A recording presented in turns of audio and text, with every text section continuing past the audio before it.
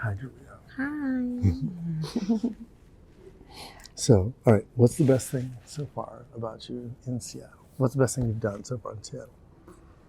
Talked to people, made deeper connections with people that I thought were colleagues like from friends from conferences, but turns out they're really friends that care about me, Yeah. and that's very deep for me, very important. I always thought that work and friends were like separate, but it can be together. Yeah, I always think it's fun. Like you had talked about, why do I come to conferences? Like I think you come to conferences just to check in on people. And it's like that's absolutely why I come to Yes. conferences. Like, like I said, and today, like you used to have to go to conferences and conventions to hear this stuff, but now you don't, right? Yeah.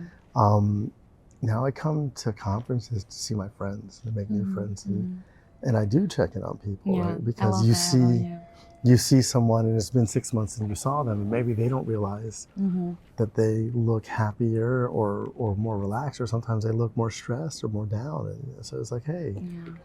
let's And talk about conferences something. are great to build connections, to deepen connections, because virtually you can't do much. You can see what they're doing on Twitter or on LinkedIn and talk to them on Slack, etc. But it's not the same as having a one-on-one conversation, Yeah, looking them in the eyes and seeing how they're feeling. You yeah, can't feel that online. yeah. I think there are some people that like they prefer virtual, and it's easier for them because they have a lot of social anxieties, and I get that. But for Yeah. other people, that proximity matters, right? And I think it's so important. I think what's interesting about this is that, you've been talking about some of the things that you've been going through, and you thought you were on an island, right? You thought I met all these people and I got to talk about all this stuff. And then I had no idea that they were going through some of the same stuff that I was Yes. going Yeah. through, right? And I think that's why it's important that we talked about it, and we talked about it Communication. Yeah. not just communication, but also in community, right? Because I can tell you, hey, relax, calm down, geez, like that. But that's just my perspective, right? I'm just one. But when you hear other people, From others. yeah, and they're saying like, yeah, no, I've been down that road, and it's like, Yeah. and, Don't go there. well, because a lot of us we have this idea of what it's supposed to be like, or we see other people who also kind of push all the actual real stuff away or down or ignore it, or maybe they don't have it because they're inflicting it on others or whatever it is, but like it doesn't get talked about, just the tech, just the business, just this and that. And it's like, no, we don't live to work, Yeah. right? We're more than work, 100%. Work, we were talking about that. Work should be, 10% of what we are. The, even less. Maybe Yes. 10%, Yeah. right? And the rest, hobbies, friends that you have, like a lot of other things, and even like conferences. Work, going to a conference shouldn't be just work, should be enjoy the place that you Yeah. go to, you enjoy the city, have good food, have some Dom Perignon. Yeah. and boba. Yes.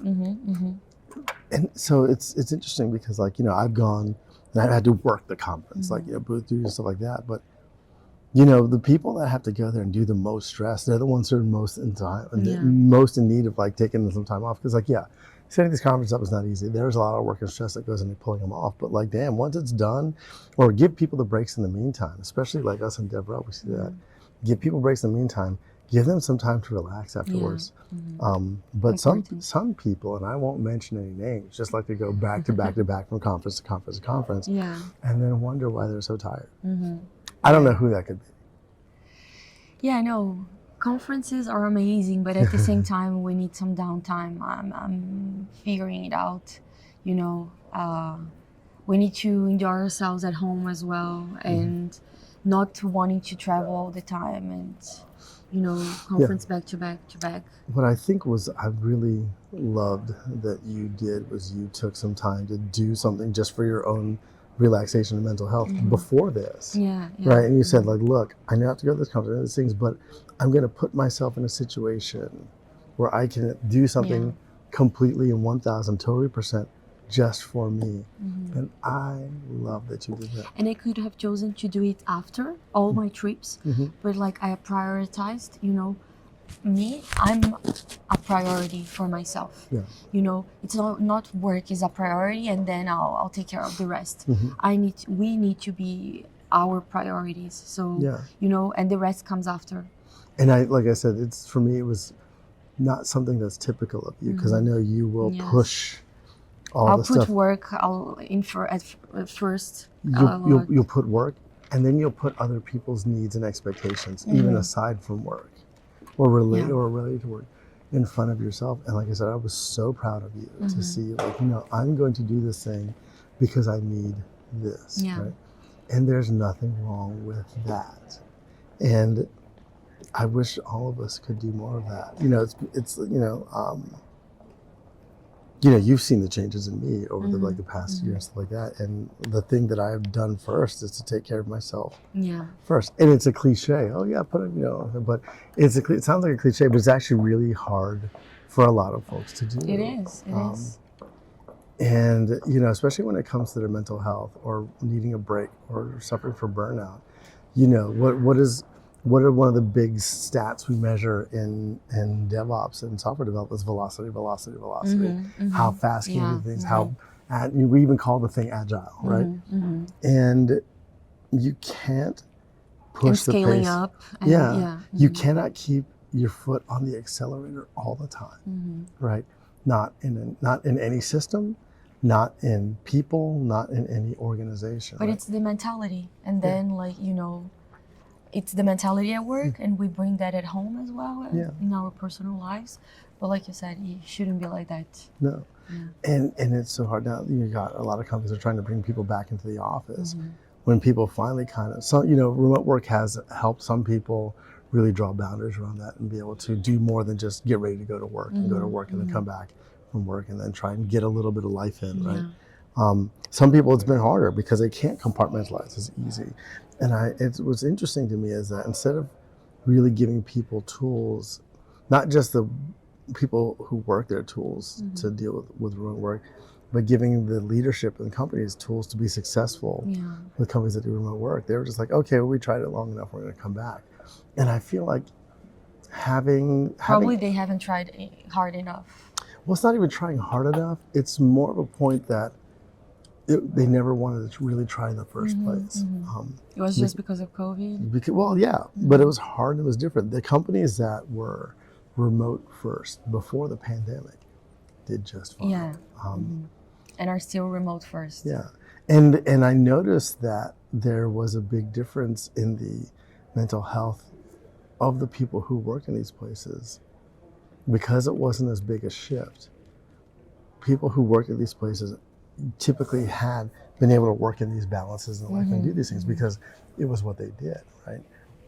And not all the time. Some people really went overboard with it. But I think the thing that was important is that the folks that really got used to it were really able to live and work. Yeah. Right? Those are the people that you see, it's like, oh, they work remotely and they're like, call them digital nomads now. They're going to go on vacation, do this thing. They fit work into their life, not the other way around. Yes. And I think that needs to be the standard, is fitting work into life. But a lot of people need to learn that, including me. Not just you, but the leadership, the boards and all these like that. They need to learn that because, you can do all the AI stuff you want to. You cannot replace the brilliance of this industry. And we've gone through fits and spurts where we've, lost people from the industry, and some come back and hire more and stuff like that. But we're not in a place where we're really developing juniors like we used to. So the workforce by and large in this industry is getting more mature, both age-wise, but also in their career-wise, right? And without more people to really not replace them, but to grow that way, right? So they're taking more people, the same number of people, essentially, and getting a few more people in the industry, but they're trying to extract more work from them because it costs less. And I'm like, no, you're going to have to invest. You're going to have to spend. We have all this money, and I feel like the effects we're seeing of folks' mental health It's Is it? because of that. It's a it's a lagging indicator Yeah, of it's a an indicator. problem. And what do we do about that? And I think like having conversations like this is important, but well, doing the work of reaching out and taking care of each other is first. Having the conversation so other people know it's okay is first. But it's like, you know, I feel like if no one was to reach out to you and say, Julia, you should probably slow down a little bit, you would just coast until the wheels fall off. I know. And that would be a shame. That's why coming to these conferences is so good, because that's when you get these conversations. Otherwise, like virtually, you don't know if someone is struggling or you know. But at conferences, you can like really open up and have deeper conversations than like online, and that's why I loved this conference so much. You know what I would love to see, like a conference that's just an offsite. Yeah, it's like, you know, it's a everyone comes here. You have sponsors like that. There's no talks. No pressure to There's give no a pressure. talk, It's like, hey, we're literally just gonna just come network, just meet people. We're just gonna get connect. people in here. We're gonna hang out. We're gonna talk about shit. People are gonna connect and just see what comes out of that. That's why I also love those open spaces that they do at DevOps Days, because you know there is no pressure. They come up with the topic at the event. You know, people choose. They say what they want to talk about, and it's just a conversation. It's not like, oh, someone needs to prepare slides, and it needs to be perfect, etc. It's like it'd be cool to have like a hackathon, but not hack. Well, maybe if you can, if you want to, but have people just get together as a community, like within a you know, a user community or just community practitioners, and say like, hey, you're smart. Let's just get everybody around for a few days. And we're gonna feed you lunch. You know, we're gonna have a venue for you. We're gonna have Wi-Fi. We're gonna have breakout rooms. Exactly. And just literally hang out or relax. Like we're gonna offer, you know, like boba tea. You know, massages, movies. You know, like just whatever. A place where people can hang out and cast off their burdens for a little bit, right? And you know, why can't a company sponsor that? I know. You know what I'm saying? Like because you know what comes out of that? Happier, healthier employees, ideas, innovations, right? And you can come and collaboration. Because that's the beauty of the hallway track. I know they've tried that with maybe unconferences, but I think even unconferences had some expectations. And I'm like, no, I just want to put all these brilliant people together and let them meander around and talk about whatever, and see what comes out of it. A time where we can literally relax, just breathe. We're gonna come here and just not have any expectations. Yeah, maybe if someone has an idea and wants to start organizing a conference like this, a lot of people would show up. I think so. Especially DevRels. Oh gosh, yeah, we would. But then, you know, you also think about stuff like the internal to a company, especially large companies. Like, you know, we've got 5,000 employees. Well, cool. We're going to get everyone here. We're just going to hang out. No. There's no talks. Just put your hotel room for a few days. We'll have skiing. We'll have, you know, like if you do stuff like skiing, water skiing, barbecues, whatever. Just have some stuff. Show up, you know, or don't sleep.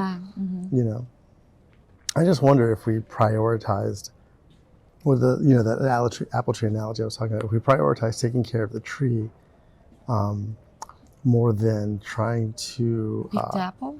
Yeah, we're trying to take care of the tree more than fretting about the apples.